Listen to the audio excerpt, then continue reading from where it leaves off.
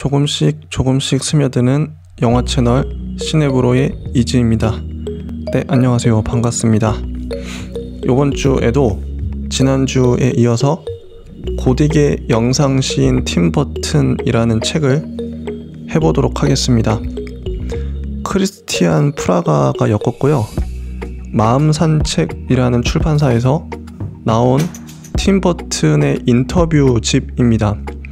여러 단편들이 이 안에 들어있어요. 오늘 할 곳은 168쪽부터입니다. 오늘 최대한 끝내보도록 할게요. 내용이 너무 많아서 이 책을 벌써 이제 세 번째 에피소드로 하는 건데 너무 또 끌면 또 안 좋을 것 같아요. 오늘 끝내보도록 하겠습니다. 168쪽이고요. 제목은 무덤 귀신들의 세계. 인터뷰어는 미미 에이빈스가 하셨습니다. 그리고 이 내용은 팀 버튼의 크리스마스의 악몽이란 영화에 대한 인터뷰예요. 글을 쓰셨는데 169쪽을 보도록 하겠습니다. 버튼은 도굴꾼에 매혹된 소년들에 관한 이야기를 만들었고, 셀릭은 독일 실험주의 애니메이션에서 미키마우스만큼 강렬한 영감을 받았다. 디즈니사에 오래 머무르기에는 두 사람의 재능은 너무나 남달랐다. 그 두 사람이 디즈니에서 배급할 장편 영화에서 각각 제작과 연출을 맡았다는 사실은 그 자체로 미술 바보들의 복수일 것이다. 그 영화가 바로 팀 버튼의 크리스마스 악몽이다. 자, 팀 버튼과 셀릭, 헨리 셀릭이 이 크리스마스 악몽을 만들었죠. 자, 170쪽. 80년대 초반 디즈니 애니메이션은 우울한 시기를 보내고 있었는데, 말하자면 아무런 열정도 없이 매력 없는 작품들만 끊임없이 쏟아내던 시기였다.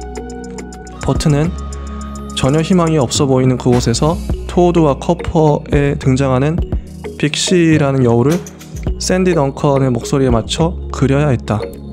사람들이 그래, 여기가 바로 디즈니, 전 세계에서 가장 훌륭한 예술가들이 모인 곳이야 라고 말하면서 동시에 그냥 하라는 대로 해, 닥치고 좀비 같은 공장 노동자가 되란 말이야 라고 말하는 것 같았습니다.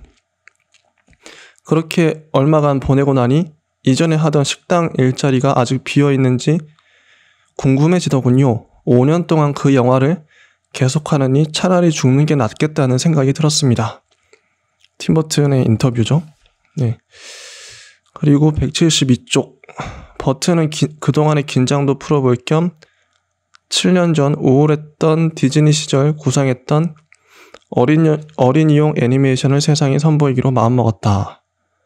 자, 팀 버튼의 크리스마스의 악몽은 처음에는 시였는데 헬로윈 마을과 크리스마스 마을이라는 두 세계에서 일어나는 일을 나란히 묘사하고 있다. 버튼이 처음 그려낸 캐릭터는 셋이었는데, 먼저 잠자리처럼 가늘고 연약해 보이는 잭 스켈링턴, 루돌프처럼 코가 빨간 그의 유령 애완견 제로, 그리고 커다란 덩치의 집신벌레처럼 생기고 동그란 얼굴에 수염이 가지런히 난 산타가 그 주인공이다.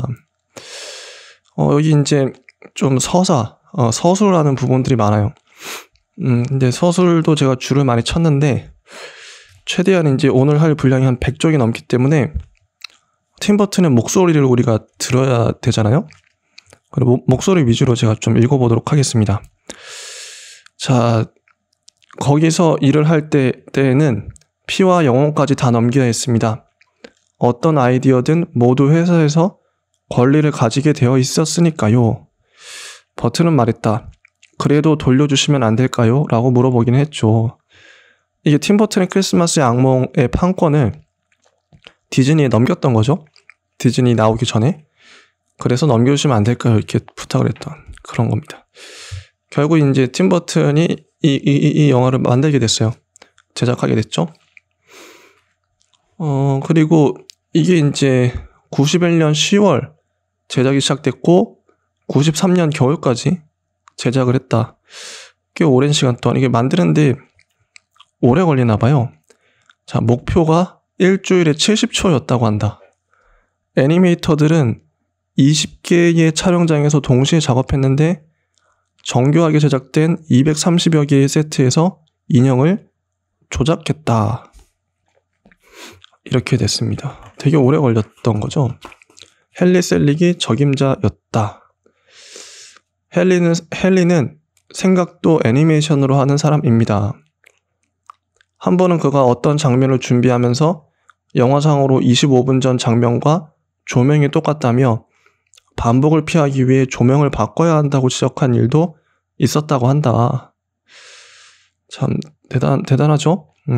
대단합니다. 자, 177쪽. 애니메이션의 제1원칙은 인물이 눈으로 말하게 하는 것입니다. 버튼은 말한다. 그런데 이번 작품에서는 인물들이 괴상하죠. 주인공은 아예 안구가 없는 인물입니다. 작품의 컬러도 문제였다. 배경이 인물을 돋보이게 하는 역할을 해줘야 하는데 할로윈 마을은 거의가 검은색 아니면 회색이었다. 요 정도가 이제 이 인터뷰의 끝이에요.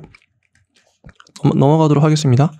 이분은 글 형식으로 이제 인터뷰를 쓰셔가지고 목소리가 많이 담기진 않았어요. 사람마다 좀 다르게 썼던 거죠. 179쪽엔 팀 버튼과 에드 우드란 제목으로 로렌스 프렌치가 쓰셨습니다. 에드 우드에 대한 인터뷰예요. 자, 당시 저는 펍킵시 주변의 한 농장에 머물러 있었습니다.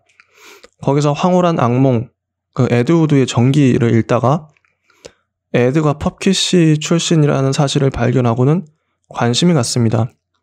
저와 상관이 있다고 할 수 있는 일들이 많이 있었죠.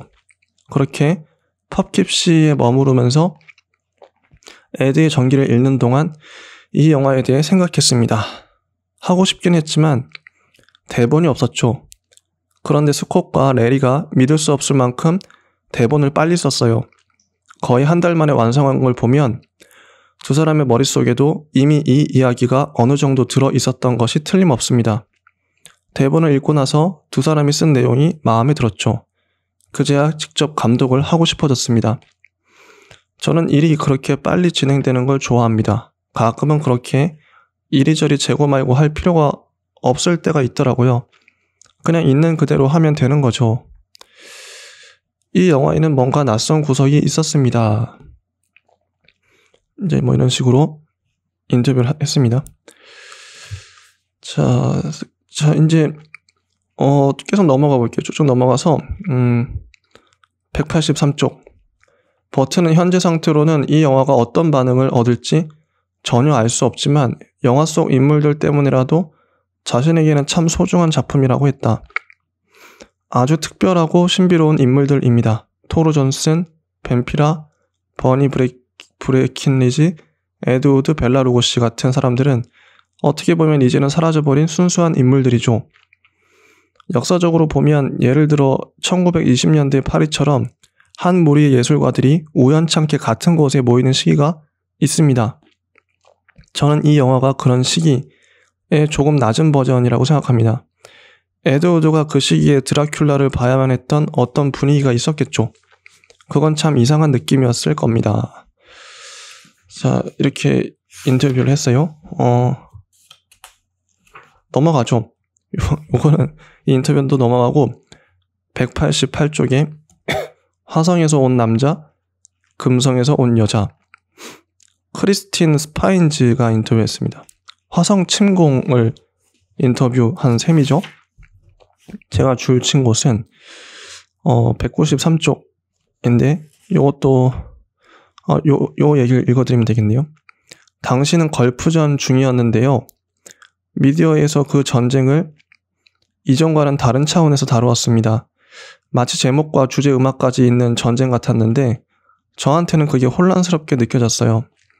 저는 이 영화 속 인물들을 보면서 그런 혼란이 시원하게 해결되는 듯한 느낌을 받았습니다. 영화 속 화성인들을 보면 어떤 면에서는 알 수 있을 것 같으면서도 절대 이해가 안 되잖아요. 이렇게 얘기를 했죠. 그냥 화성인들이 와서 모든 것을 파괴해버린다는데 단순한 즐거움이 있는 거죠. 영국에서 펑크 음악이 그랬고 우리도 항상 농담처럼 이런저런 이야기들을 하잖아요. 이번 영화는 화성인이 쳐들어와서 한 방 먹이는 겁니다. 유명한 스타 배우들이 허무하게 죽어나가는 걸 보는 것만으로도 재미있을 것 같았습니다. 왜 아무도 할 수 없을 것 같았던 장면을 만들어낸 영화들이 있잖아요. 타워링을 보면서 로버트 와그너가 불에 타는 장면에서 많이 놀랐던 기억이 있습니다. 로버트 와그너가 불에 타는 장면은 상상도 못했으니까요. 거기에는 분명 어떤 카타르시스가 있습니다. 그 다음에 195쪽. 영화의 성공 여부는 모두 화성인들의 연기에 달려 있었습니다. 그래서 저는 선셋대로를 계속 봤죠. 거기 나오는 노마 데스몬드의 커다란 눈이나 거친 몸동작이 완벽한 모델이라고 생각했거든요. 퍼비스의 말이다. 이런 식으로. 자, 순수주의자였던 버튼은 컴퓨터는 쓰지 않겠다고 2번이나 거절했지만 컴퓨터 작업이 가지는 이점은 점점 더 매력적으로 느껴졌다. 컴퓨터로 만들어낸 이미지는 스톱모션보다 훨씬 싸게 먹히고 제작 기간도 짧았을 뿐더러 클릭 한 번으로 쉽게 수정할 수도 있었다. 퍼비스의 팀이 떠난 후 프랑코는 주만지에 사용된 CG 기술을 보고 인더스트리얼 라이트 앤 매직사를 찾아가 샘플 제작을 부탁했다. 결과가 스톱모션에 뒤지지 않는다는 것을 본 버튼도 결국 프랑코의 설득에 넘어갔고 이제 스톱모션 애니메이션은 지나간 이야기가 되어버렸다. 자, 이제 196쪽. 팀은 자신의 영화를 지켜내는데 놀랄 만큼 뛰어난 사람입니다. 작품에 대한 생각도 분명하고요. 잼스는 이렇게 말했다. 여러 사람이 나오는데 그냥 관계자들이라고 보시면 됩니다. 의견을 관철시키는 방식 또한 아주 절묘해서 항상 스튜디오 사람들 머리 위에서 놀죠. 직접 부딪히는 일은 거의 없습니다. 소리를 지르거나 하지도 않아요. 그는 항상 외교적인 방법으로 풀어갑니다. 아주 영리하게 말이에요. 이게 줄을 친 것만 읽기 때문에 띄엄띄엄 줄을 쳤기 때문에 중간 맥락이 삭제됐죠. 이제 어떤 중요한 정보, 요런 정보를 알면 팀버튼을 이해하는 데 도움이 되겠다. 어떤 인사이트를 주는 부분이라든지 그런 거 위주로 줄을 쳤어요. 사람 이름은 전혀 중요하지 않고 들어도 까먹을 거니까요. 이 책에서 제가 지금 강조하는 건 오로지 그냥 팀버튼에게만 주목을 하시면 돼요. 제가 어떤 문장을 읽든 그거는 팀버튼에 대한 이야기이거나 팀버튼이 만든 영화에 대한 이야기인 거죠. 그것만 집중하시면 됩니다. 팀버튼이나 팀버튼의 영화에 대해서 내가 새로운 깨달음을 얻겠다. 정보를 얻겠다 이런 것도 아니에요. 어떤 인사이트를 얻겠다. 통찰력을 얻겠다. 그런 목표를 갖고 들어주시면 될 것 같습니다. 저도 그렇게 줄을 쳤으니까요. 자, 팀은 배우들의 연기를 보고 누구보다도 크게 웃어줬어요. 이게 누가 이 말을 했는지가 중요한 게 아니죠.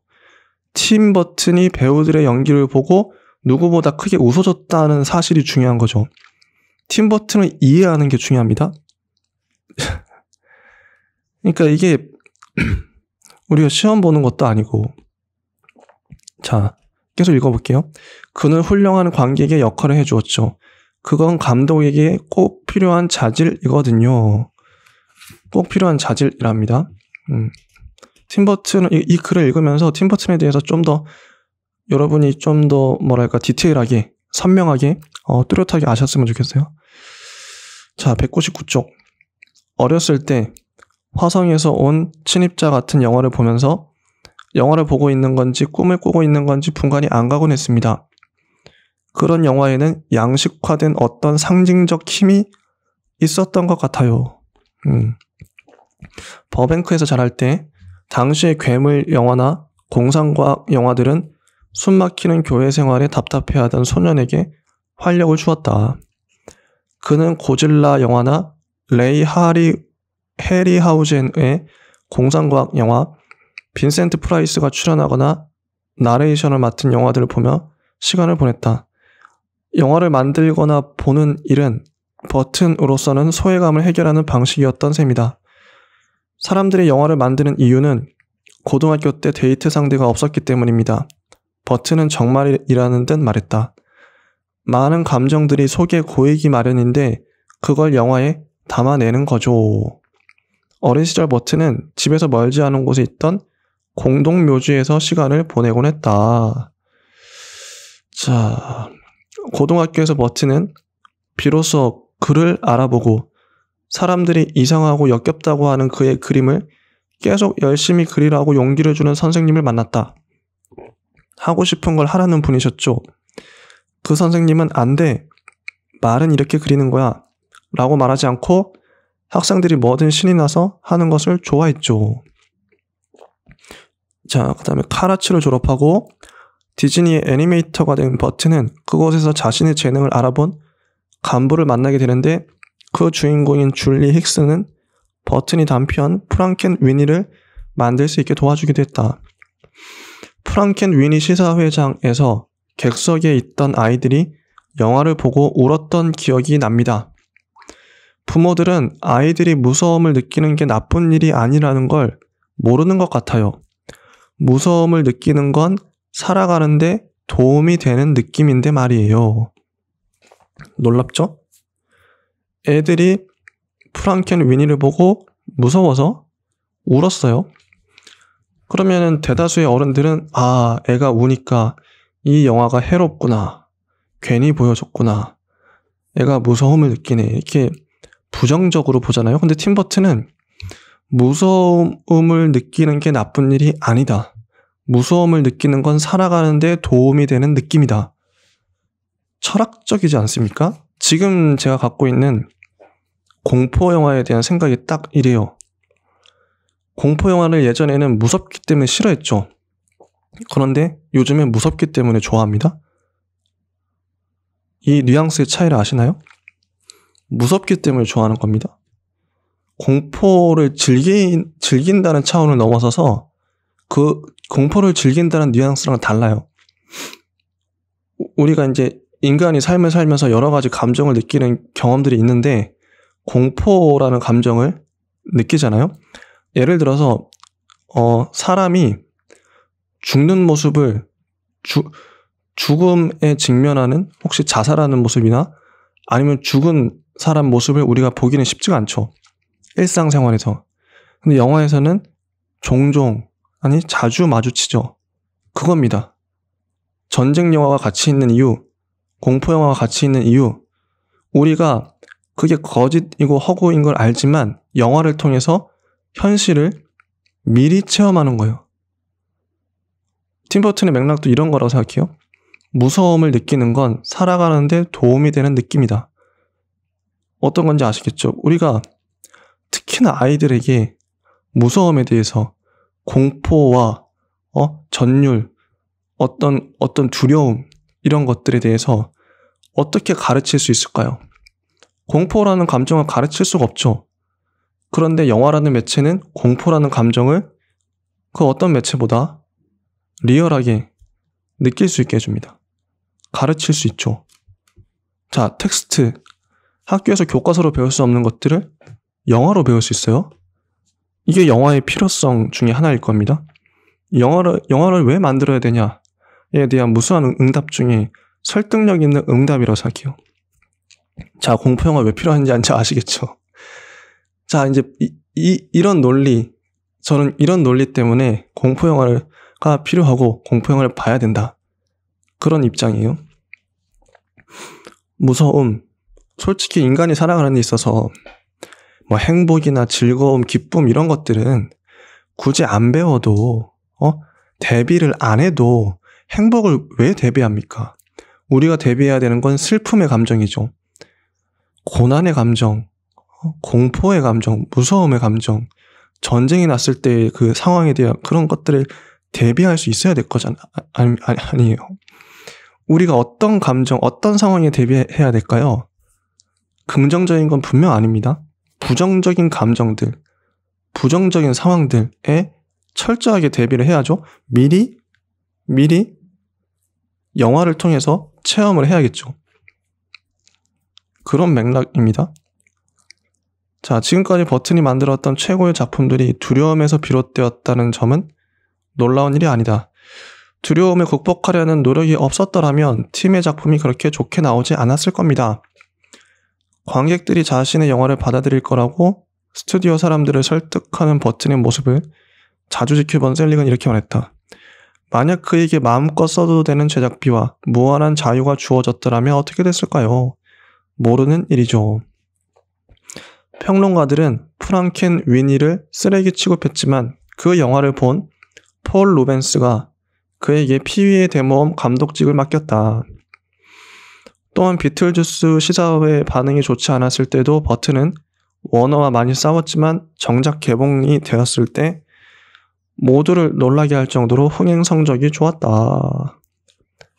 자, 넘어가서 배트맨2를 마치고서 그는 할리우드에서 다시 영화를 만들 수 있을지에 대해 상당히 회의적이었습니다. 다 그만두고 싶다고 말한 적도 있죠. 그냥 그림이나 그리면서 살고 싶다고 했습니다. 그렇게 우울했던 시기에 리사 마리를 만났다고 해요. tim 버튼의 여자친구였죠, 당시. 이 인터뷰들이 언제적 인터뷰냐면 거의 막 90년대 뭐 기껏해야 2000년대 초반 그때입니다. 20년 전, 30년 전 인터뷰예요. 그거를 감안하셔야 됩니다. 자, 그리고 자, 넘어가서 다음 파트 해볼게요. 206쪽 시대를 앞서가다. 크리스토퍼 나샤와티가 인터뷰한 겁니다. 자, 209쪽인데요. 버튼의 마음에 상처를 준 것은 슈퍼맨은 살아있다를 둘러싼 워너브라더스와의 갈등이었다. 약 1년 정도 그 프로젝트를 진행하던 버튼은 주연은 니콜라스 케이지가 맡을 예정이었대요. 갑자기 제작사에게 버림을 받는다. 대본에 문제가 있고 예산을 크게 잡았다는 것이 이유였다. 고통스러웠습니다. 촬영 장소도 물색해둔 상태였고 미팅이 끊이질 않았죠. 스튜디오 사람들은 영화를 준비할 때 사람들이 얼마나 열정을 쏟아붓는지 이해를 못하는 것 같아요. 버튼은 의자에 등을 기대며 말을 이었다. 그런 일이 벌어져서 큰 충격을 받았습니다. 그런 상황에서 단순히 일을 하기 위해 아무 작품이나 하고 싶지 않았죠. 그래, 일이 필요해. 폴리스 아카데미 A시나 해볼까? 뭐 이러고 싶진 않았어요. 그래서 슬리피 할로우 이야기를 들었을 때 자, 여기 대본 있어, 해볼래? 라고 누군가 말을 건네는 느낌이었어요. 어쩌면 1년 동안 머리 없는 누군가와 지냈던 건지도 모르겠습니다. 버튼이 합류하기 전까지 이카보드 크레인과 머리 없는 기병 이야기는 몇 년째 굴러다니고 있었다. 아니, 굴러다녔다기보다는 루딘의 사무실에서 잠자고 있었다고 표현하는 게 적합할 것 같다.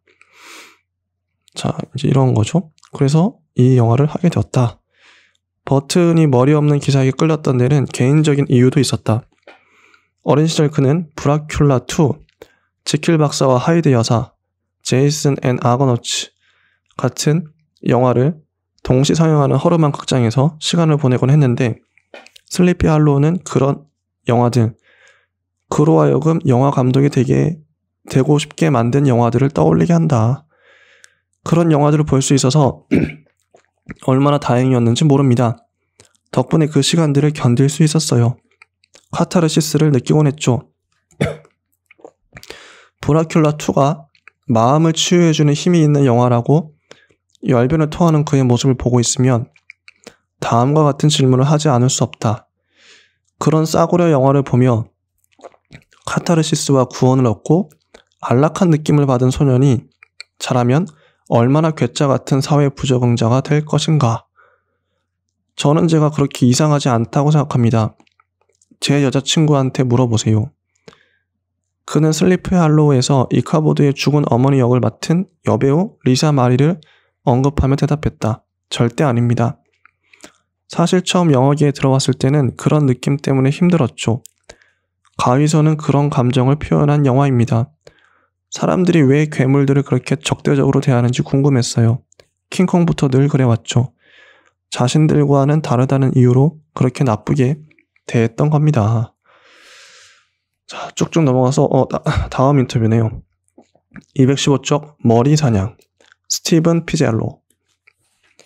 자, 여기서는 이제 본격적으로 진짜 인터뷰예요. 우리가 생각하는 그런 인터뷰. 지금까지는 그냥 이 저자가 중간중간에 그냥 팀버튼 말 조금씩만 넣고 자기가 그냥 멋대로 그냥 썼던 글인데 거의 글이죠. 산문 같은 글이었어요. 근데 이건 진짜 인터뷰입니다. 요 지점부터는 좀 얘기할 말이 많이 있겠네요. 한번 볼게요. 216쪽 슬리피 할로우의 대본을 처음 받았을 때 대단히 열성적인 반응을 보였다고 들었습니다.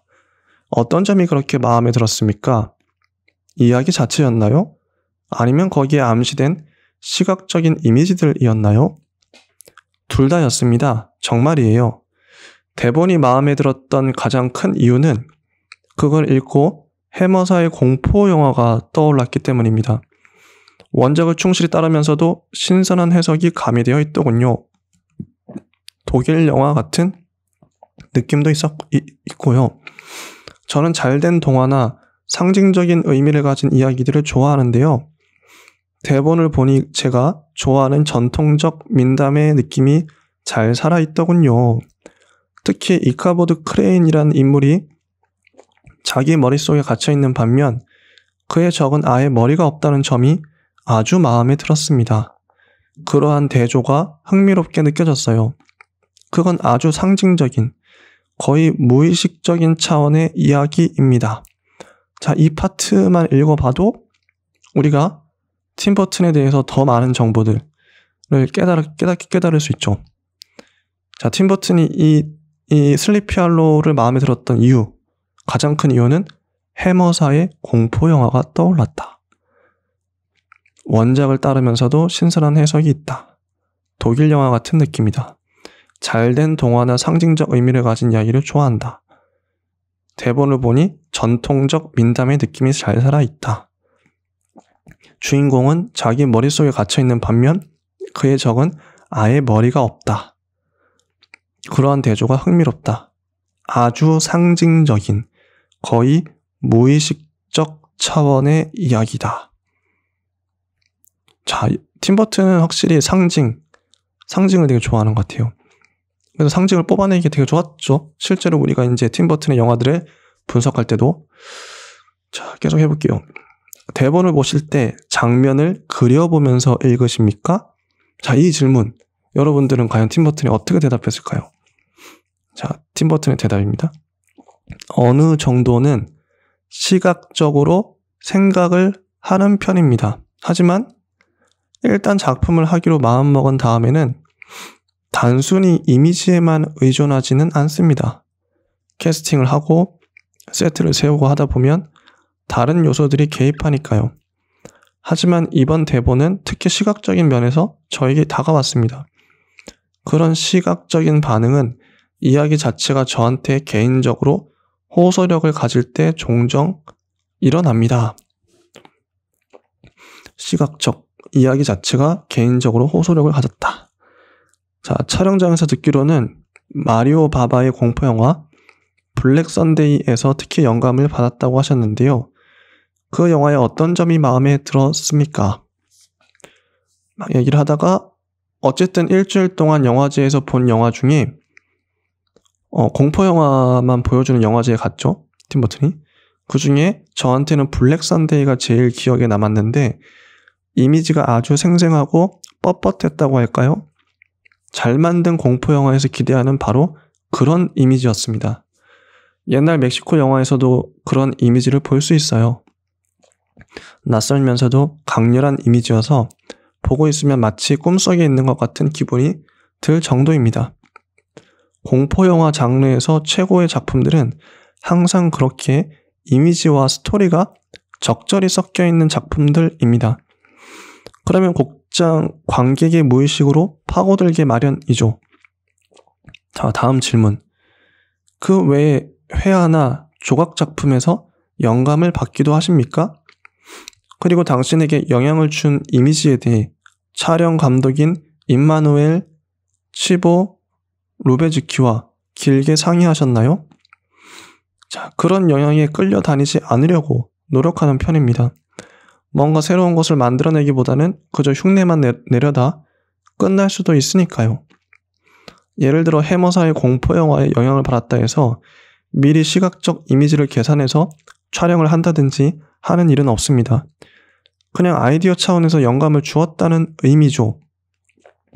저는 옛날 영화들의 느낌이나 분위기를 담고 싶었던 거지 그대로 복사하고 싶었던 것은 아닙니다. 다음 질문. 루베즈키를 촬영 감독으로 정한 이유가 있습니까? 그의 이전 작품들은 보셨나요? 솔직히 말씀드리면 치보의 이전 작품은 몰랐습니다. 스태프를 정할 때 이력서를 보고 정하진 않고요. 그냥 저랑 잘 맞는지 안 맞는지가 더 중요합니다. 영화 작업을 하면서 매일매일 마주쳐야 할 사람이라면 비슷한 생각을 가지고 있는 사람이어야겠죠. 팀 버튼은 배우들도 뽑을 때 이전 작품을 안 보더라고요. 그냥 지금 딱 보고 직감적으로 얘 느낌 좋아. 화면빨 잘 받을 것 같아. 나랑 잘 맞을 것 같아. 그러면 스텝이든 배우든 뽑는 거죠. 되게 직관적인 그 사람입니다. 현장에서 업무 분담은 어떻게 하셨나요? 감독님은 카메라나 조명에 대해 관여를 많이 하시는 편입니까? 저는 보통 개념을 잡는 쪽에 치중하는 편이지만 치보와는 이런저런 이야기를 많이 했습니다. 영화 작업의 매력 중에 하나는 그게 과학이 아니라는 점이죠. 이번 작업을 하면서 영화가 아주 유기적 작업이라는 걸 새삼 알게 되었습니다. 자, 다음 질문. 전체 장면 중 스토리보드에 따라 찍은 장면은 얼마나 됩니까? 요즘 들어 스토리보드를 적게 쓰는 편입니다. 일반적으로 스토리보드를 사용하면 너무 거기에만 집착하는 경향을 보이게 됩니다. 거기에만 집중한 나머지 전체적인 큰 그림을 놓치게 되는 거죠. 슬리피 할로우에도 스토리보드가 반드시 필요한 장면이 몇 장면 있었지만 전적으로 거기에 의존하기보다는 가이드라인 정도로만 생각하고 촬영했습니다.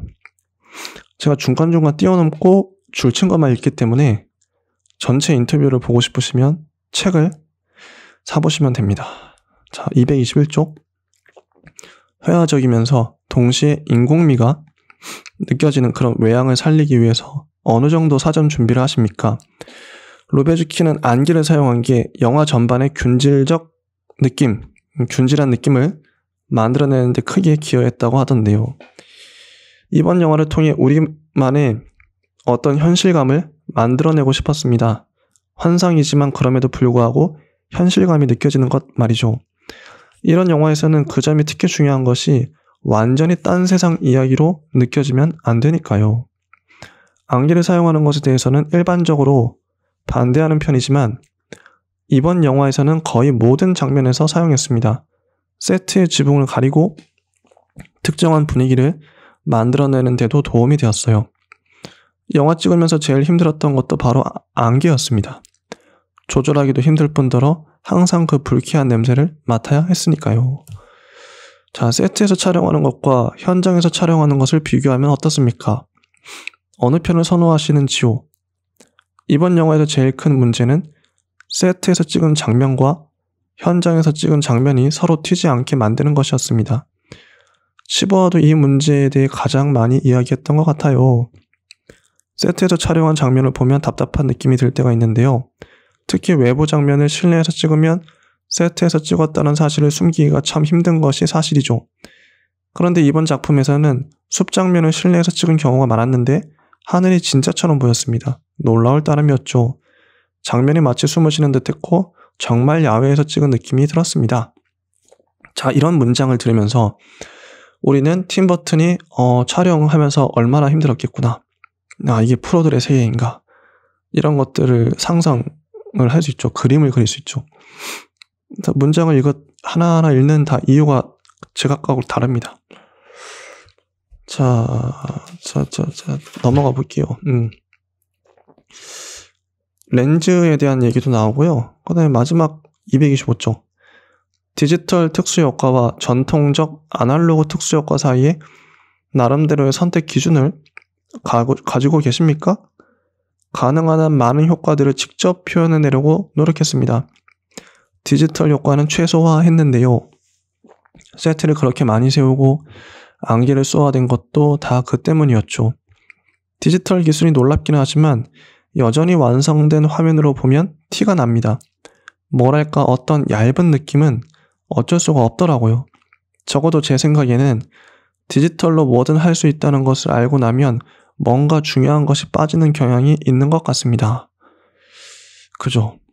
팀 버튼은 확실히 그 특수효과 이런 걸 거의 안 쓰고 최소화하고 실제 찍는 걸 되게 강조하는, 표현주의보다는 사실주의적이다. 그런 감독입니다. 그래서 더 좋아요. 온전히 CG에 이제 좀 매몰될 수도 있고 집중할 수도 있는데, 그러다 보면 완전 허구만을 추구하게 되고 쉽게 사람이 일을 하게 되잖아요. 팀 버튼처럼 자기가 어떻게든 그 모든 것들을 CG 처리화를 최소화하고 다 실제 만들어서 찍을 거야. 이런 마음가짐. 저는 이게 감독의 마음가짐이라고 생각합니다. 세트와 배우, 의상, 그 모든 것들을 제대로 표현하기만 하면 정말 그 세계에 속한 것 같은 느낌이 듭니다. 왜냐하면 그게 인간적이니까요. 미니어처 마을을 부감으로 찍은 장면에서 싸구려 티가 날 수도 있지만 전체적 측면에서 보면 그것도 현실감이 있다고 할 수 있어요. 무슨 말인가 하면 비록 현실감이 나지 않더라도 그 비현실성이 현실감 있게 다가온다는 겁니다. 슬리피 할로우에서도 그런 느낌을 표현해보려고 노력했습니다. 자, 다음 인터뷰를 넘어가도록 하죠. 226쪽이고요. 고릴라들은 재미있게 놀고 싶을 뿐이다. 마크 셀리스베리의 인터뷰인데요. 혹성 탈출에 대한, 이 영화에 대한 인터뷰입니다. 자, 버튼이 감독을 맡은 이 작품에선 원숭이들이 좀 더 원숭이답다. 원숭이들은 나무 사이를 휘젓고 다니고 벽을 타오르고 창문 밖으로 튀어나오는가 하면 화가 났을 때는 소란을 피운다. 원숭이들은 빨리 움직여야 할 때는 네 발로 움직이는데 현장에서 제작진은 껑충거리기라고 불렀다. 원작과는 비교할 수 없는 클라이맥스의 전투 장면에서는 최대 시속 50km의 속도로 움직인다. 똑같이 만드는 게 목적이 아니었습니다. 다른 방식으로 파고들어 갈 여지가 있었죠. 원숭이들의 습관이랄까? 행동 유형 같은 것이 있어요. 그게 더 재미있을 것 같았습니다. 하지만 진지하게 표현할 필요는 있었죠. 원숭이가 말을 한다는 것부터가 말이 안 되는 상황이니까요. 자, 230쪽. 기존에 이제 혹성 탈출이 경이로운 흥행 기록을 세웠다. 이런 얘기 나오고요. 그다음에 이런 인터뷰가 있습니다. 친숙한 이야기에 에너지를 불어넣기 위해서는 아주 독창적이고 관습에 얽매이지 않는 감독이 필요했습니다. 팀이야말로 상업 영화와 개인적이고 독특한 영화의 경계를 넘나들 수 있는 능력을 가진 사람이죠. 자, 그다음 231쪽. 혹성 탈출에서 마음에 들었던 건 상식을 뒤엎는 상상력이었습니다. 외계에 인간이 있다면 원숭이도 있을 거라는 거죠. 서로의 지위가 뒤바뀐 채 공존할 수 있다는 상상이 마음에 들었습니다. 얼마나 해냈는지 모르지만 아무튼 한번 해볼 만하게 흥미는 생겼죠. 그리고 침팬지가 나오는 텔레비전을 많이 본 것도 영향을 미쳤을 겁니다. 자, 그 다음에 대본이 중간에 좀 많이 바뀌었대요. 많이 바뀌었다. 그리고 233쪽. 대본이 어떤 지경이었는지 그 사람들이 봤어야 합니다. 저는 더 좋은 대본을 만든다고 생각하고 있었는데요. 이렇게 처음 대본을 받아봤을 때 전혀 재미가 없었습니다. 이런 말을 하면 안 되는지도 모르지만 오죽했으면 자누쿠에게 이런 쓰레기 같은 대본은 집어치우고 로드 셜링의 원래 대본으로 가는 게 어때요? 이게 1968년작 대본입니다. 라고 물어볼 정도였으니까요. 다행스럽게도 현재 대본은 원작에 그나마 가깝습니다. 자, 팀 로스가 이런 말을 해요. 촬영 전에 대본을 다 숙지하고 있었는데 그게 끊임없이 수정이 되었습니다. 매일 아침 분장을 하면서 제가 맡은 인물한테 어떤 변화가 생겼는지 확인해야 했죠. 현장에서는 일이 어떻게 진행되는지 전혀 알 수가 없었는데 완성된 영화를 보니 잘 된 것 같더군요.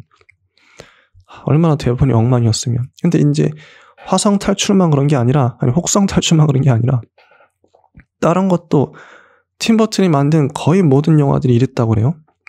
할리우드 시스템이 되게 정교하고 완벽한 것 같지만 이만큼 허술하다.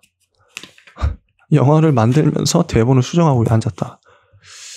그랬으니 팀 버튼이 대본이 엉망이란 말을 많이 평론가들로부터 스토리가 엉망이란 말을 많이 들었던 이유가 있죠. 자, 234쪽. 윌버그는 마치 저예산 영화를 찍는 젊은 감독과 일하는 기분이었어요.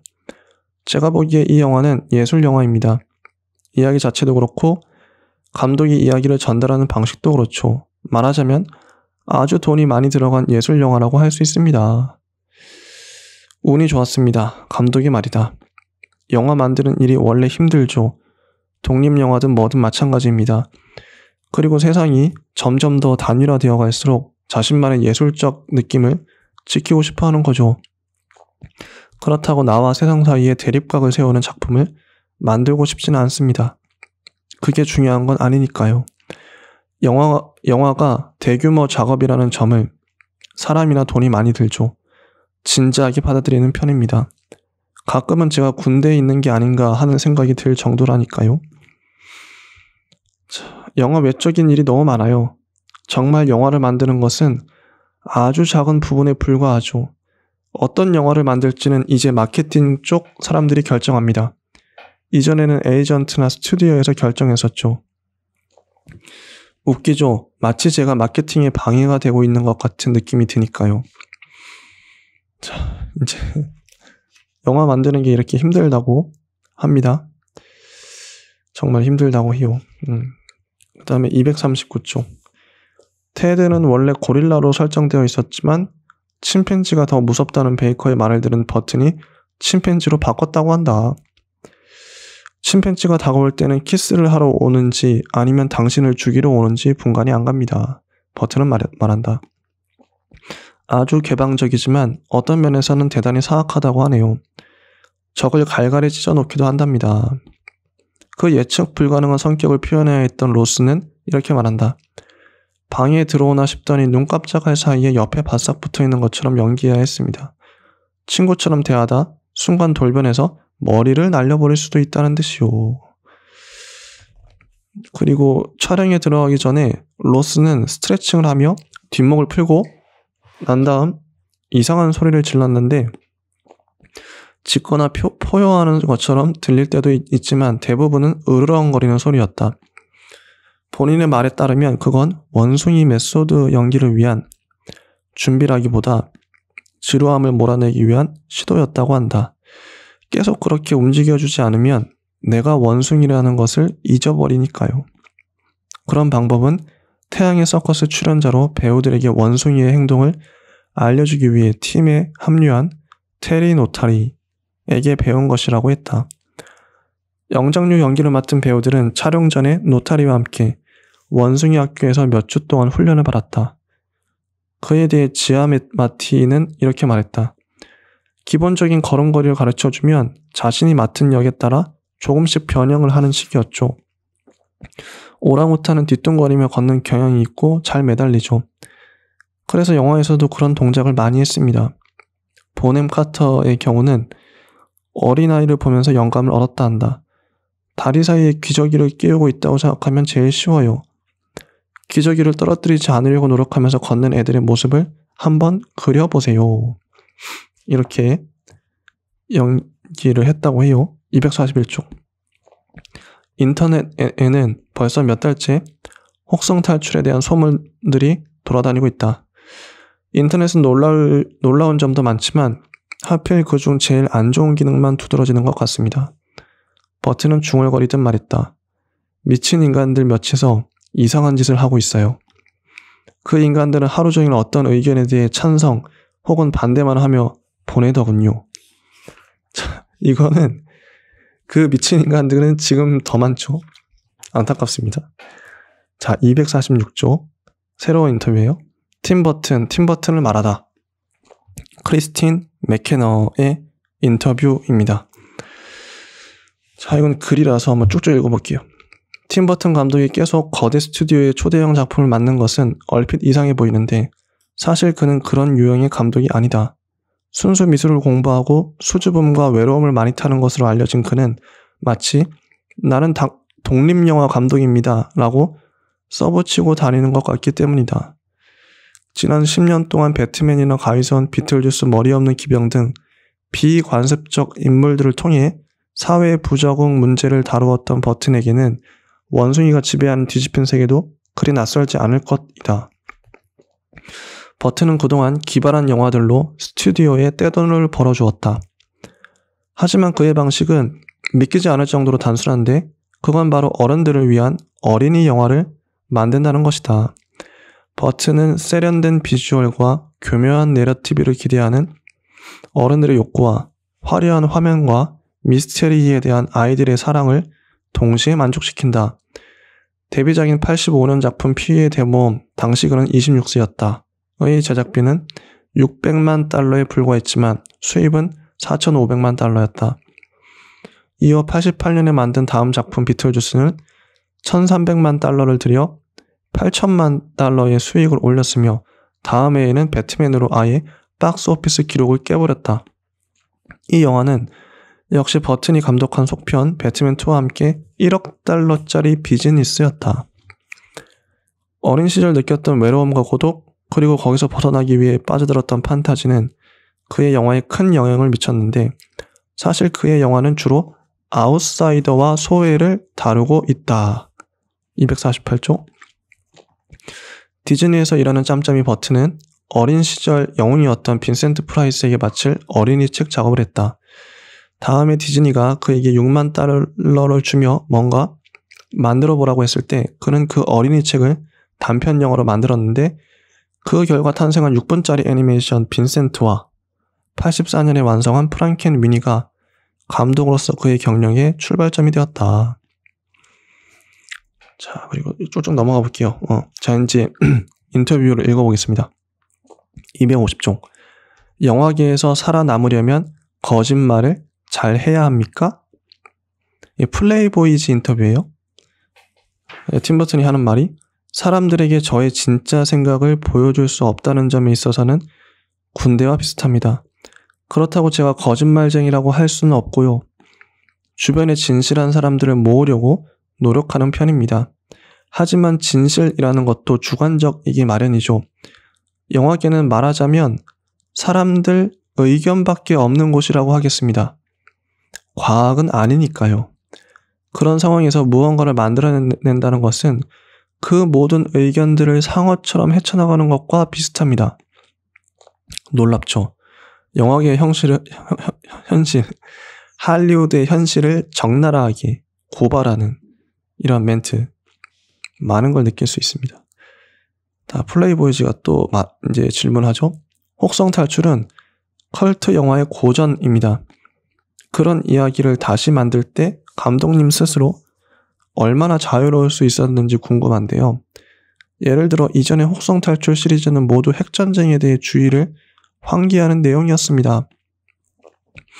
이번 영화는 60년대 후반에 나온 과학 영화를 리메이크하는 것에 대해 주의를 환기하는 이야기입니다. 사실 원작을 그대로 리메이크할 의도는 없었기 때문에 핵전쟁 이야기가 많이 나오지는 않아요. 프랭클린 샤프너 감독의 원작은 워낙 고전이기 때문에 아직 리메이크할 만큼 여건이 성숙되지 않았다고 봅니다.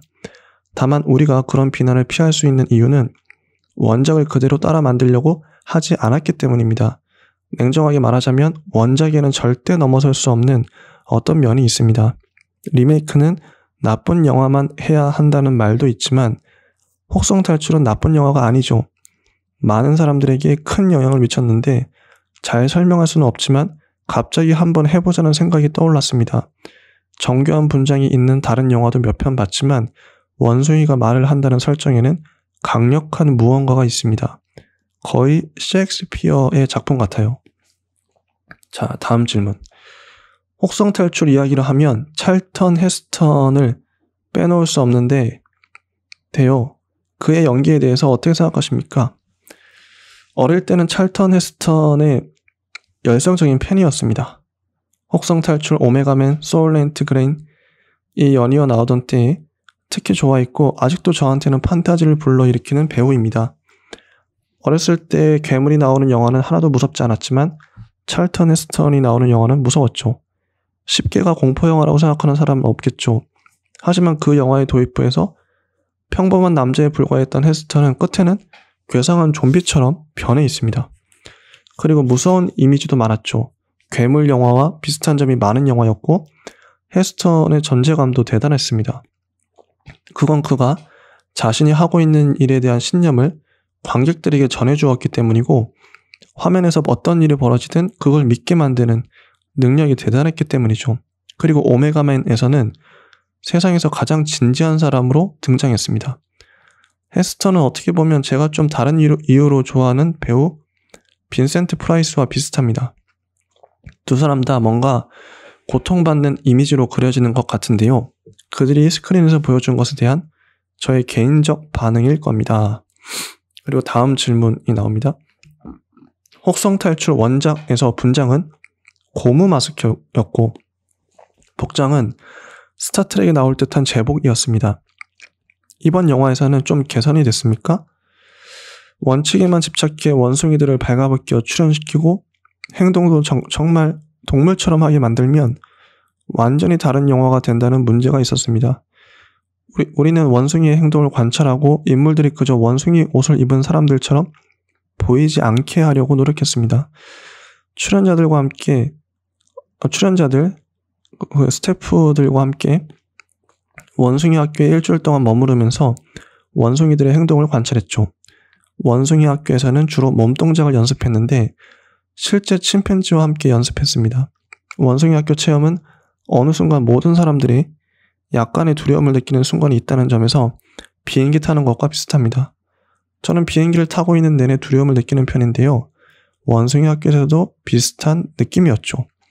아마 원숭이들이 예측 불가능하고 성적으로 대단히 예민하기 때문에 그랬던 것 같네요. 그러자 플레이보이즈가 질문합니다. 성적으로 예민하다고요? 네, 당신을 좋아할 수도 있고 그러면 질투와 소유욕을 드러냅니다. 제 다리를 붙잡고 마구 비벼댔는데 만약 그래도 관심을 주지 않으면 다리에 침을 뱉고 똥을 집어 던지고 그래요. 어디든 마구 잡으려 하는데 특히 코나 입에 관심이 많더군요. 뿐만 아니라 사람을 가르치려 듭니다. 1.5m 정도 거리에 있는 물건은 순식간에 잡아챌 수 있는데 스스로는 자신들의 그런 능력을 모르는 것 같아요. 한 번은 원숭이 한 마리가 5m 높이의 다이빙대에서 저를 향해 뛰어내리며 완전히 제압해버린 일이 있었는데요. 무슨 돌덩이가 떨어지는 줄 알았습니다. 제가 원래 동물을 좋아하는 편이지만 그 원숭이들은 도무지 감을 잡을 수가 없더라고요. 문화적으로는 원숭이가 귀여운 동물이라고 생각하는 게 일반적이지만 사실 원숭이는 사람을 찢어 죽일 수도 있습니다. 광기라고 할까요? 아무튼 그런 사이코 기질이 있어요. 또 한 번은 원숭이 한 마리가 저를 노려본 적도 있었는데요. 그때 저는 이야, 사람이 저런 표정으로 나를 쳐다보면 길을 돌아가야겠는걸 하고 생각했습니다. 게이바에서 완전 마시간 사람이 저를 쳐다보는 것 같은 기분이었습니다. 자, 다음 질문은 처음 대본은 윌리엄 브로일스가 썼는데요. 마지막에 로렌스 코너와 마크 로젠타를 불러서 대본을 다시 쓰게 하셨습니다. 이유가 뭐였죠? 왜 저한테 그걸 물어보시는지 모르겠습니다만 그건 제작사에 여쭤보시는 게 나을 것 같습니다. 지금까지 했던 큰 영화들에서 촬영 전에 대본이 완성된 적은 한 번도 없었습니다. 단 한 번도 없었죠. 제가 배트맨 팀에 합류했을 때도 많은 사람들이 관여를 했고 그 와중에 돈도 많이 들었습니다. 영화계에서 왜 그렇게 다시 따져보는 과정이 많은지 모르겠어요. 돈을 댄 사람들이 자기가 투자한 돈이 잘못되지 않을까 걱정해서 그런 거겠지만 어쨌든 구체적 답변을 원하는 사람들은 도무지 이해할 수 없는 곳이 영화계입니다. 영화는 완성되기 전까지는 추상적인데 또 그게 영화의 매력이기도 하죠.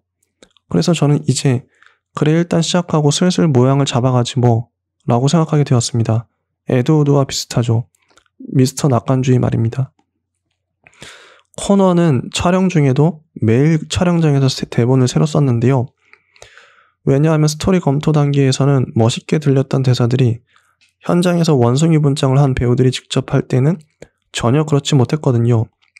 그 외에 대본을 다시 쓰기로 한 결정에는 예산에 대한 고려도 있었을 겁니다. 아마 비례 대본에 따라 영화를 만들었다면 지금도 촬영 중이었을 테고 제작비도 2천만 달러 정도 더 들었을 겁니다. 마크 윌버그를 주연으로 택하신 이유는 뭐죠? 마크는 제가 정말 좋아하는 유형의 배우입니다. 알차고 군더더기 없는 배우죠. 이런 영화를 할 때는 중심이 되어줄 수 있는 배우가 필요한데요. 마크가 그 역할을 해줄 수 있을 것 같았습니다. 그를 만나기 전에 사람들이 이런저런 얘기들을 하더군요. 뭐 켈빈 클라인 모델을 했고 아이돌이었고 어떻고 등등요. 하지만 마크는 친절했고 마침 휴식이 필요하던 참이라고 하더군요. 촬영 도중 배우를 교체하신 적도 있습니까? 아니요. 아마 제가 좋은 연기라는 것이 정확히 무엇인지 모르기 때문일 겁니다. 그 점에 대해서는 오락가락하는 것 같아요. 피위의 대모험이나 비틀주스를 할 때는 폴 루벤스, 마이클 키튼, 캐서린 오하라 같은 배우들과 작업을 했는데 모두 즉흥 연기에 아주 능숙한 배우들이었기 때문에 그 영화에는 즉흥 장면들이 꽤 많습니다. 감독을 놀라게 할 줄 아는 배우들을 보면서 많이 흥분했던 것이 사실입니다. 핵심은 저는 제가 가장 잘 아는 사람이라고 생각하지 않는다는 겁니다. 특히 빌 머레이처럼 재능 있는 배우와 작업할 때는 더욱 그렇죠. 에드우드에서 정말 훌륭했잖아요. 제가 원래 잘 이해가 안 되는 사람들을 좋아하는 편인데 빌은 정말 깊이를 알 수 없는 사람이에요. 촬영 전 자신이 맡은 역을 연구하면서 온몸에 털을 밀어버렸죠. 정말 고통스러웠을 겁니다. 그와 그의 연기가 아주 마음에 듭니다. 요즘도 빌을 등장시켜서 뮤직비디오나 한 편 찍어볼까 하는 공상을 한다니까요. 258쪽. 자, 이게 질문이 되게 많네요. 야, 이 질문만 해도 거의 1시간 다 가고 있는데 거의 278쪽까지 가니까 한 20쪽 가량이 질문 공세입니다. 그래도 한번 의미가 있으니까 한번 해보죠. 88년 영국에 도착해 파인우드 스튜디오에 있는 95에이커의 부지에 세워진 배트맨 세트를 봤을 때 두려운 생각이 먼저 들었다고 하셨는데요. 그 두려움은 어떻게 극복하셨나요? 가끔 어떤 숙명처럼 깨달음이 찾아온다고 하는데요. 저한테는 그때의 경험이 그랬던 것 같습니다. 평생 살면서 사람들이랑 말을 하거나 말을 많이 하거나 의사소통이 잘 된 적이 없었거든요. 그래서 그림을 그리는 걸 좋아하고 애니메이터가 된 것 같기도 합니다. 말로 하는 대신 그림을 그려서 보여주면 되니까요. 사람들과 의사소통을 잘해야 한다는 것은 분명 배트맨이 저에게 던져준 숙제였습니다. 촬영 첫날 잭 팰런스와 작업을 해야 했는데 겁이 났어요. 정말 눈앞이 하얘지면서 내 몸이 아닌 것 같았죠. 첫 촬영이었던 만큼 간단한 장면으로 잭 팰런스가 욕실에서 걸어 나오는 장면으로 하기로 했습니다. 잭은 욕실 안에 있고 밖에서 카메라를 돌렸는데 제가 액션을 외쳐도 안 나오는 거예요. 안으로 들어가 팰런스 선생님 그냥 밖으로 나오시기만 하면 됩니다 라고 했죠. 이게 여러 번 말했는데 안 나왔던 거죠. 한 번, 두 번 말했는데 안 나왔어요. 세 번 말했는데 그저 이 팰런스라는 양반이 당신이 뭔데 나한테 이리라 저래 하는 거야. 나 영화 100편도 넘게 한 사람이란 말이야. 이제 소리쳤던 거죠. 저도 완전히 맛이 갔고 프로듀서 한 명이 나서서 우리를 진정시켰습니다. 팰런스가 무슨 생각으로 그랬는지 이해할 수 없었어요. 나중에 저한테 따로 사과도 했습니다만 당시에는 정말 무서웠어요. 그 영화를 찍을 때는 정말 불 위를 걷는 것처럼 곳곳에 시험이 도사리고 있었습니다. 잭 니콜슨이 큰 도움이 되었습니다. 그 존재만으로도 그랬고 실제로도 많이 도와줬어요. 그런 사람이 제 편에 있으면 도움이 됩니다. 자, 참 팀 버튼이 어렵게 참 사람하고 어울리는 것도 참 힘들어하는 사람이 감독으로 진짜 힘들게 찍었죠. 이 인터뷰만 봐도 느껴지시죠? 자, 다른 감독들과 달리 개성이 강한 감독으로 알려져 있는데요. 그런 유명세에 대해서 어떻게 생각하십니까? 이거를 뭐 기분이 좋죠. 근데 저는 삶의 신비랄까요? 그런 걸 좋아합니다. 어떤 사람에 대해 시시콜콜한 것까지 다 아는 것보다 그저 그 사람을 보면서 혼자 상상하는 걸 더 좋아하죠.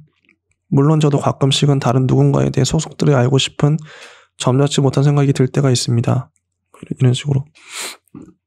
어쨌든 이제 제가 관찰을 당하는 입장이고, 그래서 저는 저만의 환상 특급에 머물러 있어야 합니다. 성질도 부리고 그러시나요? 갈수록 신경질적으로 되는 것 같아요. 자, 이제 좀 뛰어넘어 볼게요. 할리우드에서 뭐 친구가 많은 것 같진 않다. 뭐 이런 얘기도 하고, 가장 개인적인 작품은 가위손이다. 개인적인 회상이다. 하고, 영화를 만드는 데 있어 가장 어려운 부분은 무엇입니까? 비즈니스를 잘 못합니다. 그 일에는 재주가 없더라고요. 저 같은 사람은 무슨 일이든 거기에 대해 생각할 시간이 좀 필요한데 동시에 진행할 일이 100만 가지는 되고 끊임없이 휴대폰이 울려대는 상황이라면 힘들죠. 계약 과정은 정말 의심이 많은 사람들을 위해서만 필요한 것 같아 불편합니다. 될 수 있으면 그 과정은 짧게 끝내려고 노력하는 편이죠. 가끔 그런 일을 하고 있는 제가 낯설게 느껴질 때도 있습니다. 호수나 바다를 바라보면서 내가 도대체 뭘 하고 있나 생각할 때가 있어요. 다른 영화 제작자들은 즐기는 일들인데 저는 하나도 즐겁지 않으니까요. 그럴 때면 일이 참 견딜 수 없을 만큼 힘들게 느껴집니다. 그럼에도 불구하고 이 일을 계속하는 건 사람이 좋고 스태프와 뭔가를 함께 만들어내는 과정을 즐기기 때문입니다. 가만히 자리를 차지하고 앉아 쓸데없는 일이나 하는 게 아니라 정신없이 돌아다니며 이런저런 조사를 하는 사람들이죠. 정말 무언가를 하고 싶어서 안달이 난 사람들이요. 물론 몸이 가장 힘든 과정은 촬영이겠죠. 하지만 제일 좋아하는 과정이기도 합니다. 뭔가 진행되고 있다는 느낌이 드니까요. 큰 영화를 찍기 전에는 마치 운동선수처럼 준비를 해야 하는데요. 촬영을 반쯤 마쳤을 때까지 제작사에서 그 영화에 대해 확신을 가지지 못하면 기운이 빠집니다. 그러면 다들 힘들어져요. 이번 영화는 80일 만에 촬영을 마쳤는데 제가 감독을 맡은 작품 중 가장 빨리 촬영을 마친 경우입니다. 참 촬영이 힘든가 봐요. 이제 옛날 이야기를 좀 해보죠. 고등학교에 다닐 때 마약하셨습니까? 그랬을 것 같은데요. 조금이요. 하지만 환각지는 안 했습니다. 저는 어렸을 때부터 제가 아주 늙었다고 생각했기 때문에 또래 친구들은 거의 없었어요. 그러니 마약 같은 것을 접해볼 기회도 없었죠. 다른 애들이 하는 것을 따라야 하는 압박감 같은 건 없었습니다. 심지어 남들보다 6개월 먼저 고등학교를 졸업했는데 어떻게 그렇게 조기 졸업을 할 수 있었는지 모르겠어요. 굉장히 게으른 학생이었거든요. 자, 이런 얘기도 하고, 부모님은 당신의 창작 활동을 지원해 주셨나요? 그건 참 말씀드리기 어렵습니다. 아버지도 그림 그리는 것을 좋아하시긴 했지만 그런 면을 드러내지는 않으셨어요. 야구선수 출신이었기 때문에 저도 운동을 했으면 하셨고 저 역시 그런 생각이 없었던 것도 아니죠. 악기 연주도 배웠는데 그때 저희 부모님은 제가 음악가가 됐으면 하고 바라셨어요. 제일 지원을 안 해줬던 게 그림 그리기였는데 아마 부모님이 미술을 시키려고 했다면 제가 안 했을 겁니다. 부모님이 특별히 엄격했던 건 아니지만 교회 주택지역에서 살아본 사람이라면 자식이 그 답답한 문화에 질식해서 죽게 만들고 싶은 경우가 아닌 다음에야 엄격하게 대해서는 안 된다는 걸 알겠죠. 자, 부모님이 침실 창문을 막아버렸다는 게 사실입니까? 네, 난방 때문이었을 겁니다. 그래도 틈을 만들어서 햇볕을 들겠죠. 교회 주택 지역에서는 다들 그렇게 했습니다. 창으로 들어오는 외풍이 너무 세다고 생각했으니까요. 말도 안 되는 짓이라고 생각했죠. 도대체 캘리포니아에서 그게 말이 되냐고요. 그것도 아마 에드거 앨런 포에게 끌렸던 이유 중 하나일 겁니다. 왜 포가 생매장 당하는 이야기를 몇 편 썼잖아요. 본인이 보기에 반항적인 아이였습니까? 심하게 반항적이었죠. 그렇다고 교장선생님 방에 단골로 불려갔다는 이야기는 아닙니다. 저희 할머니 말씀이 제가 걸음마도 떼기 전에 기어서 문 밖으로 나가려고 했다고 하시더군요. 저는 그냥 어디를 가고 싶어 했던 기억만 어렴풋이 있습니다. 10살 때부터 고등학교를 마칠 때까지 할머니와 함께 살았습니다. 그리고는 할머니가 돌아가셨죠. 할머니와 함께 살고 싶다고 했을 때 아버지는 이해해 주셨지만 어머니는 펄쩍 뛰셨어요. 사실 어머니 때문에 집에서 나가고 싶었던 건데 말이죠. 할머니 집은 저한테 성지 같았어요. 그분이 저를 구하신 거나 다름없습니다. 먹을 것만 챙겨주시고 그냥 하고 싶은 대로 하게 내버려 두셨거든요. 그렇다고 제가 부모님을 미워했던 건 아니고요. 그냥 잘 어울리지 못했을 뿐입니다. 어렸을 때는 이탈리아 출신 친구들이 많았는데 의식적으로 그랬던 건 아니지만 어쩌다 보니 이탈리아 출신 친구들 집에도 자주 놀러가고 마음씨 좋은 친구 부모님들한테 맛있는 것도 얻어먹고 그랬던 것 같아요. 저희 부모님은 참 표현을 안 하시는 분들이었는데 사실 한 10년 전까지만 해도 저는 누가 제 몸에 손을 대면 움찔하고는 했습니다. 지금 생각해보면 부모님도 나름대로 우울했던 것 같고요. 그래서 집안에는 항상 불행한 분위기가 아주 깊게 스며 있었던 것 같아요. 아버지는 야구 선수였는데 부상을 당해서 그만두셨죠. 그 일이 두고두고 아쉬웠을 겁니다. 어머니한테는 무슨 일이 있었는지 모르지만 어쨌든 굉장히 우울해하셨죠. 이상하게 들리겠지만 두 분에 대해서 잘 몰라요. 아마 제가 20대 초반이었을 때인데 두 분의 인생에 대해 여쭤본 적이 있습니다. 말을 안 해주시던군요. 자, 제가 여행을 좋아하는 것도 여행에서 다양한 문화를 만날 수 있고 사람들도 훨씬 개방적으로 대해주기 때문입니다. 자, 이제 그리고 넘어가 볼게요. 어린 시절에서 비롯된 감수성이나 창의적 아이디어들을 다 소진해버리는 나를 생각해 보신 적 있으십니까? 제가 가진 미천이 바닥날 거라고 생각하느냐는 뜻입니까? 모르겠네요. 언젠가 정말 그런 날이 와서 아메바처럼 꼼짝도 못할 수도 있겠죠. 창의적인 일에는 분명 카타르시스가 있습니다.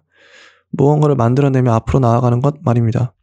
만약 영화를 비교적 빠른 시간에 만들 수 있다면 그 작품들이 일종의 치유를 가져다주고 그걸 통해 무언가를 헤쳐나갈 수 있습니다.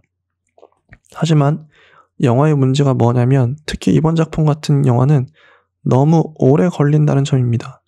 고통스럽게 태어나서 힘들게 살다가 비참하게 죽는다고 할까요? 그 모든 과정이 또 다른 심리적 문제를 불러일으키기도 하죠.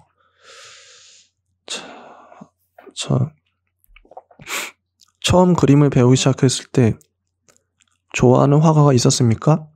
닥터 수스를 가장 좋아했습니다. 그분의 책은 아주 아름답고 전복적이었죠. 그리고 다양한 층이 있었습니다. 잘 짜여진 민담이 모두 그렇듯 닥터 수스의 이야기는 시대를 초월하고 어느 문화, 어느 사회에도 통할 수 있는 것이죠. 그의 작품에는 그만의 색채가 너무 강해서 영화로 한번 만들어 볼까 하는 생각이 들었다가도 그냥 그대로 두는 편이 낫겠다고 생각하곤 했습니다. 그 외에 저한테 영향을 준 것은 텔레비전 프로그램인데요.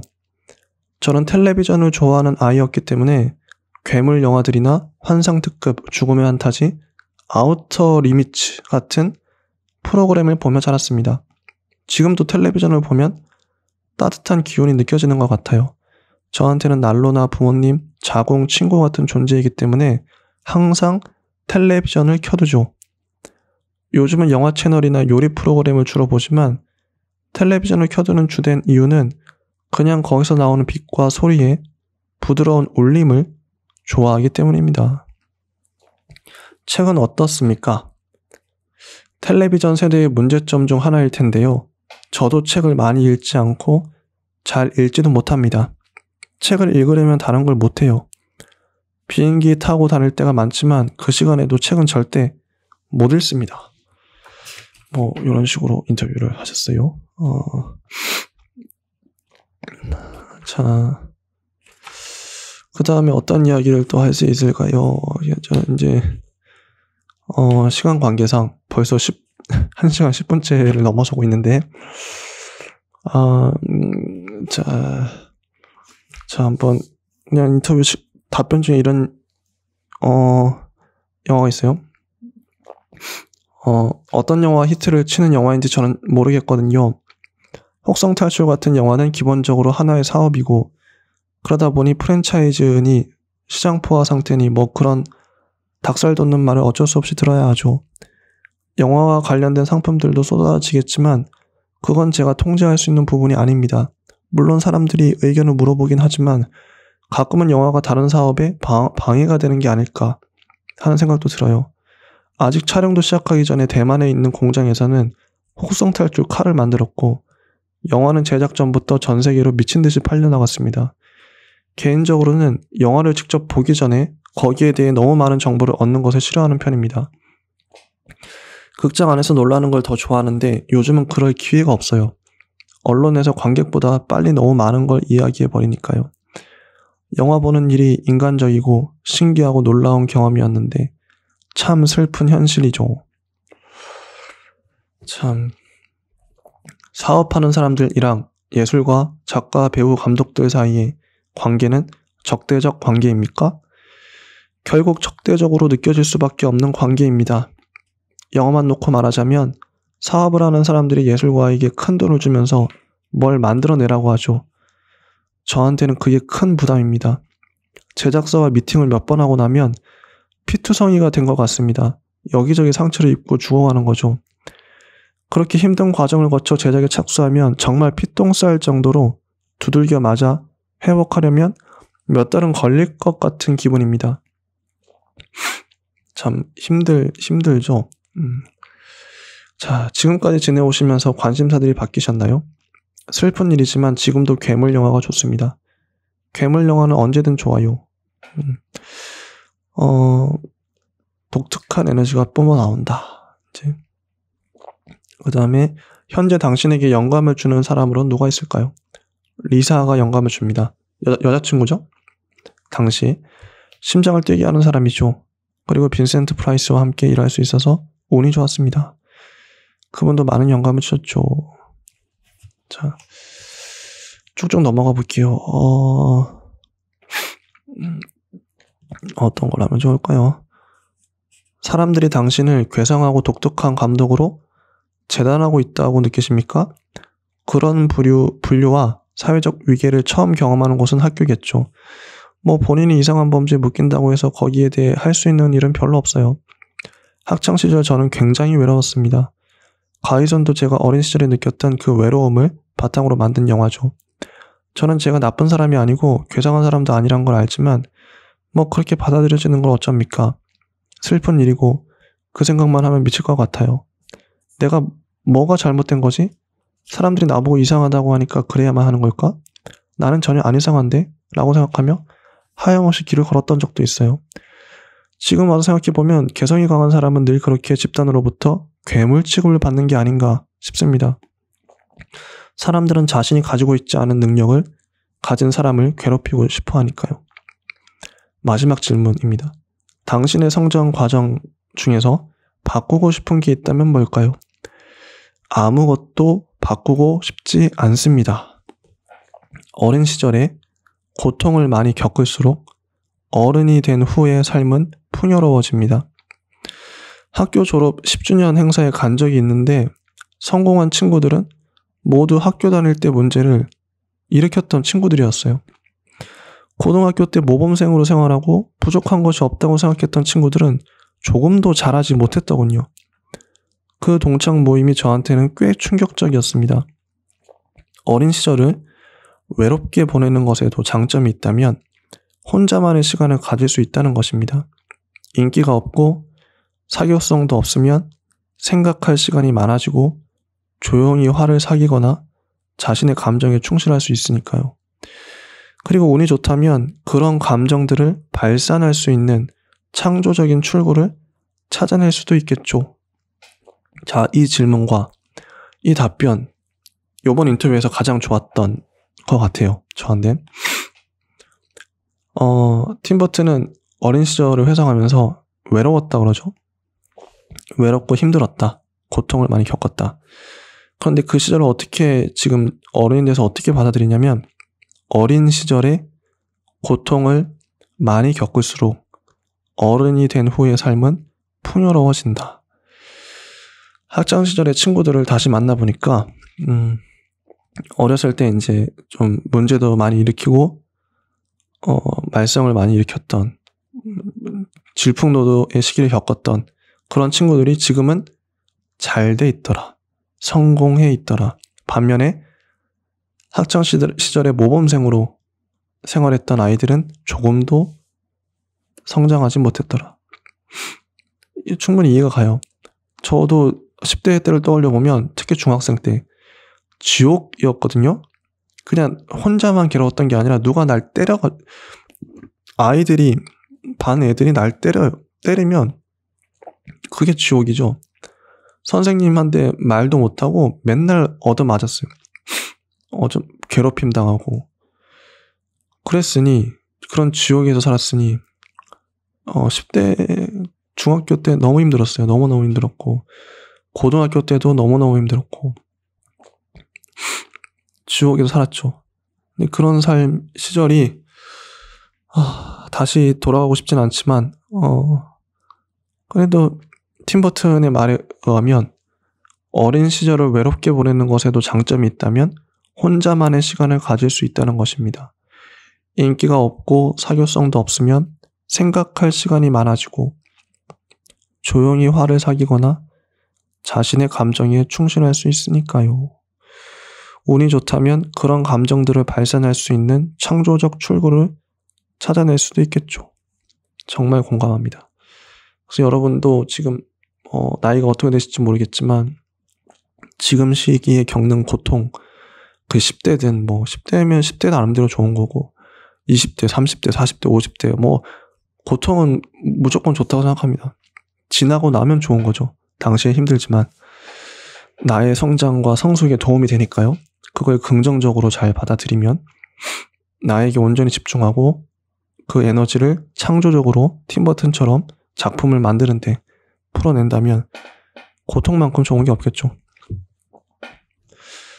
그런 고통이 없었으면 팀버튼이 없었을 거고요. 많은 예술가들이 없었겠죠. 벌써 이제 20분, 1시간 20분 향해 달려가는데 거의 다 왔습니다. 빨리빨리 넘어가야겠네요. 정말 중요한 부분만 별표 친 게 있을까 모르겠어요. 여기 빅피쉬에 대한 인터뷰도 나옵니다. 어릴 때부터 영화를 아주 좋아했다. 현장에 가서 공기에 흠뻑 취하는 게 좋다. 이번 영화는 스케줄이 빠듯했다. 좋은 배우들과 함께 있어서 다행이었다. 알버트는 훌륭한 배우다. 이런 식으로. 스토리보드를 많이 쓰지 않는다. 이런 자잘자잘한 얘기들, 를 같이 하면서 합니다. 이거는 이제 구체적인 거는 책을 직접 사 보셨으면 좋겠어요. 별표 친 거 한번 읽어볼게요. 292쪽. 할리우드 시스템 내에서 계속 일을 하다 보면 어느 순간 저한테 어떤 표식이 붙게 됩니다. 저는 항상 거기에 저항했던 것 같아요. 저 자신에 대해서 너무 많이 생각하지 않으려고 합니다. 정말입니다. 작품에 대해 생각하고 내가 뭘 하고 싶은지에 대해 생각하지 저 자신에 대해서는 생각을 많이 안 해요. 왜냐하면 평생 동안 저 자신에 대해서는 생각하지 않으려고 노력하면서 살아왔으니까요. 중요한 것은 항상 깨어있고 스스로 어떤 고착된 상태에 빠지지 않아야 한다는 것입니다. 아시겠죠? 계속 인간으로 남을 수 있게 스스로 흥미가 있는 일을 하려고 노력하고 무슨 일이 벌어지고 있는지 살펴봐야 합니다. 자, 이 답변이 단지 영화에 대한 답변이 아니라 만약에 이 방송을 듣고 계시는 어떤 분이 한번 우울증이 있을 수 있죠. 아니면 삶의 어떤 어려운 지점을 통과하고 계실 수 있을 것 같아요. 거기에 대한 답변입니다. 저는 이게 명확한 답변이라고 생각해요. 다시 한번 읽어드릴게요. 우울증이 걸린 사람은 어떻죠? 자기의 상황. 나는 왜 이렇게 우울하지? 나는 왜 이렇게 괴롭지? 나는 왜 이렇게 힘든 삶을 살았지? 왜 이렇게 삶이 버겁지? 왜 이렇게 살기 싫지? 죽고 싶지? 이런 생각이 하실 거예요, 분명히. 그런 본인이 그럴 수도 있고 친구나 가족이 그럴 수 있어요. 그럼 이 이야기를 한번 곱씹어 보세요. 자, 팀 버튼이 하는 말입니다. 팀 버튼이 어떤 얘기를 하냐면 저 자신에 대해서 너무 많이 생각하지 않으려고 합니다. 정말입니다. 작품에 대해 생각하고 내가 뭘 하고 싶은지에 대해 생각하지 저 자신에 대해서는 생각을 많이 안 해요. 왜냐하면 평생 동안 저 자신에 대해서는 생각하지 않으려고 노력하면서 살아왔으니까요. 상당히 중요한 말입니다. 상당히 중요한 말이에요. 여러분 중에 아마 자기에 빠져서 그게 자기 애일 수도 있고 나르시시즘일 수도 있고 뭐 자기 연민일 수도 있어요. 그런 것들이 병을 만들죠. 아집이라고 하죠. 아집. 나에게 집한 거죠. 아집에 빠진 사람들이 문제를 많이 스스로 슬프고 내가 나를 봤을 때 슬프고 불쌍한데 그러지 마세요. 팀 버튼의 이 말이 답입니다. 저도 요즘 사람이 우울해지는 게 왜 그러냐면 자기에게 집중하기 때문에 그래요. 그런 팀 버튼의 방식처럼 자기 자신에 대해서 너무 많이 생각하려 하지 말고 작품에 대해 생각하고 내가 뭘 하고 싶은지에 대해 생각하세요. 이게 답입니다. 작품, 여러분이 뭐 창작자라면 뭐 소설가라면 소설에 대해 집중하는 거죠. 그건 나에 대해 생각할 겨를이 없죠. 이 소설을 써야 돼, 당장. 영화 감독이라면 영화를 만들어야 돼. 웹툰 작가라면 웹툰을 그려야 돼. 그런 사람이 우울할 겨를이 있습니까? 절대 없습니다. 당장 마감이 요번 주인데 매주 마감이 닥치는데 우울할 겨를이 어딨어요. 한가한 노릇이지. 근데 바쁜 사람은 우울할 수도 없어요. 막 창작욕으로 막 불타오르죠. 내가 뭘 하고 싶은지에 대해 생각하지. 자, 이 지점. 여러분이 만약에 우울하거나 삶이 좀 권태로워진다면 정말 안타까운 뭐든지 시작을 하세요. 일단은 내가 집중할 게 필요해. 나 자신한테만 집중 안 하면 돼. 어떤 누군가 근데 사람한테 또 집중해보면 그게 또 집착이 되잖아요. 집착이 되고 막 스토킹이 되고 안 되니 그것도 아니고 나한테 집중하는 것도 아니고 일에 대해서 그게 어떤 일일지 모르겠지만 일이 없으면 일을 만드세요. 내가 정말 하고 싶은 거 팀버튼처럼 영화를 만들든 뭐 소설을 쓰든 작품에 대해 생각하고 내가 뭘 하고 싶은지에 대해서만 생각하면 됩니다. 정말 중요한 말이라고 생각해요. 자, 그 다음에 이제 질문 넘어가 볼게요. 공포 영화를 만드실 계획이 있으신가요? 할 수 있을지 모르겠습니다. 결국 어떻게 될지 좀 두렵기도 한 것이 그런 일은 현실이니까요. 물론 공포 영화를 좋아하고 또 저를 행복하게 해주기 때문에 공포 영화를 생각해 본 적이 없습니다. 하면서 뭐 언젠가 시도하겠죠? 충분히 무서울지는 걱정입니다. 뭐 이런 얘기를 하십니다. 쭉쭉 넘어가 보죠. 뭐 이제 다 한 것 같은데? 더 할 게 있을까요? 뭐 움파룸파족에 대해서도 얘기 나오고 로알드 달의 원작에 대해 나오고 아버지 얘기도 나오고 별별 얘기가 다 나옵니다. 다 점프할게요. 이거는 구체적인 건 책을 사서 보시면 됩니다. 책 제목은 팀버튼 고딕의 영상시인 크리스티안 프라가가 엮었고요. 마음산책에서 나왔습니다. 그리고 다음 인터뷰도 있지만 쭉쭉 뛰어넘을게요. 제가 별표 친 것만 이제 별표 친 게 없네. 다 봤습니다. 시간은 얼추 이제 1시간 20분 정도 맞춘 것 같아요. 거의 에피소드를 3번이나 하면서 이 책을 끝냈는데 책이 좀 길어서 300쪽 가까이 돼서 어쩔 수가 없었네요. 참 유익한 시간이었던 것 같아요. 팀 버튼이란 개인에 대해서 또 감독에 대해서 더 잘 알 수 있었던 시간이 아닌가 싶습니다. 네, 감사합니다. 오늘 여기까지 하고요. 다음 시간엔 또 새로운 것들로 다음 시간엔 또 뭘 해야 될지 좀 고민해 봐야겠어요. 네, 감사합니다. 다음 시간에 뵙겠습니다.